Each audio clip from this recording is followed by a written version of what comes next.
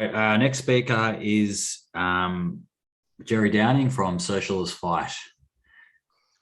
Okay, can I say first that this is a very inspiring meeting, and being that I'm speaking last of the main speakers, most of the stuff I was going to say has already been said, so I can't actually repeat it all.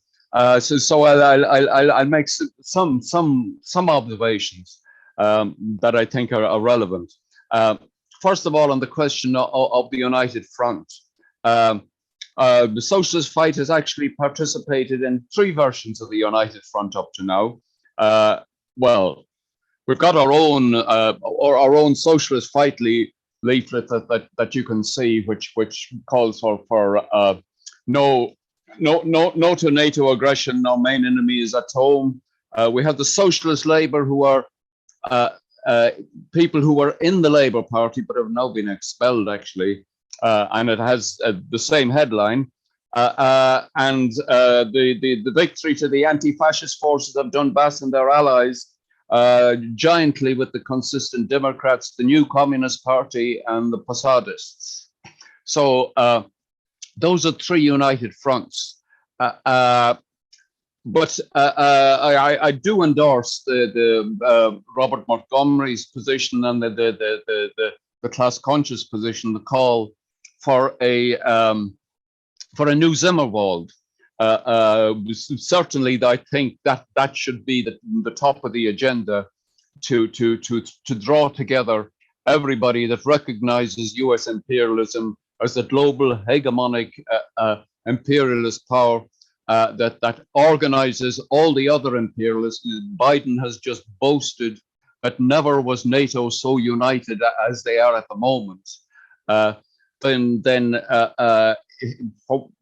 Those people that recognize that is the main enemy of all humanity, all oppressed humanity, and the working class, then a new Zimmerwald is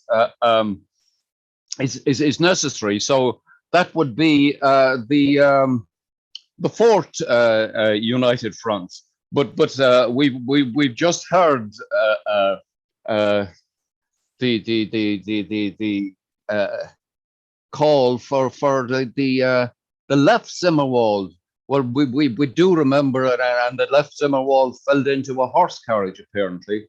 Well, we would mention that in the left Zimmerwald there was Lenin, Trotsky, Zinoviev, and Karl Liebknecht, to mention a few.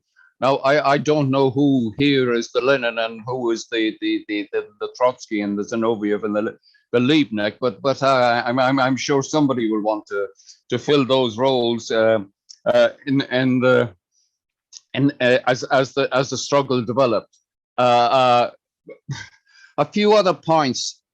The sanctions on Russia are very severe, but there are people that are questioning how these sanctions are going to work, and if in fact the imposition of these sanctions on the banks and everything will in fact bring into question the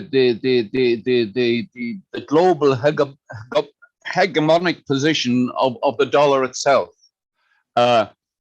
If Russia and China are supposed are forced to collaborate together closely using their own currencies, Russia is now saying that it will only accept payment in rubles for the moment, and we have peculiar phenomenon developing in that we have India took a neutral position on this, and although Boris Johnson and Biden put all the pressure they could on Saudi Arabia did not promise to increase its oil supplies, and a whole swathe of third world countries are not accepting the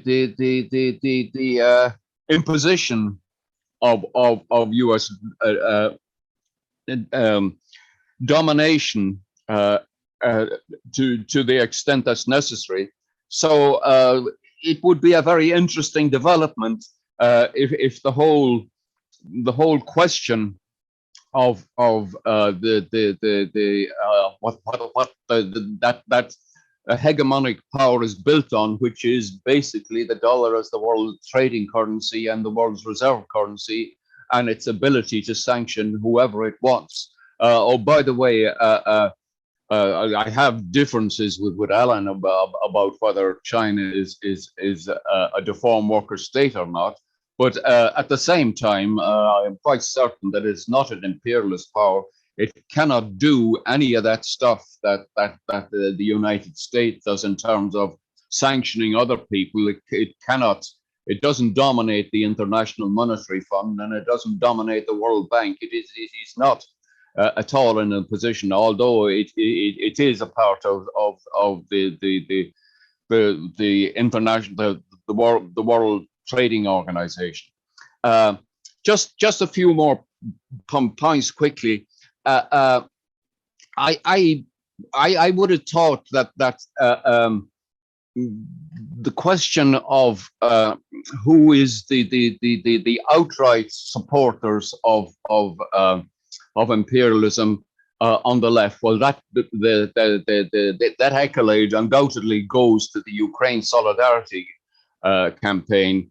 This is Chris Ford's baby, and I would mention that the Weekly Worker have a very interesting article today by Paul Houston, A Toxic Operation, where he mentions, of course, like we mentioned back in 2014 when that whole Maidan coup thing broke up, that actually Chris Ford's origin was in an organization that was funded by the CIA in London. As it happened, well, people say he was a willing idiot and he didn't know. Well, if you're in an organization that the CIA is prepared to fund, then you're definitely moving in absolutely the wrong direction.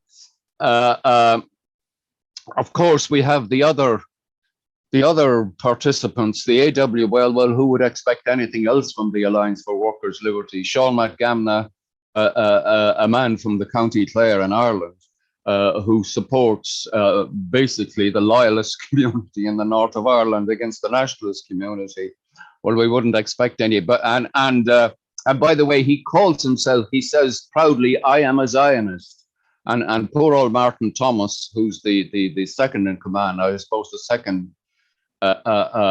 secondary leader, he said, "Well, I'm a bit of a Zionist, not the full shilling, but just a bit of a Zionist." So that's that organization. Unfortunately, also got in there is the USEC group, the anti-capitalist alliances there as they're now. Have Fred LaPlatte spoke at it. The Labour Representation Committee, they participated in this, as did a number of other former leftists. So it is a very nasty situation. Lastly, then on the question of the influence of fascism within Ukraine. Well, they say, well, you know, the Svoboda only got something like 1.25% in the last election, as compared to the vote that Marine Le Pen got in France. But I'm sure Marine Le Pen would give her right arm for an organization within the armed forces, such as the Azov battalion, to back up her politics, knowing that at a certain point a coup was possible against the Jewish president. And the Jewish president, of course, is very careful that he doesn't upset the far right. He promised at the beginning to bring the country together, but he didn't bring it together far too much.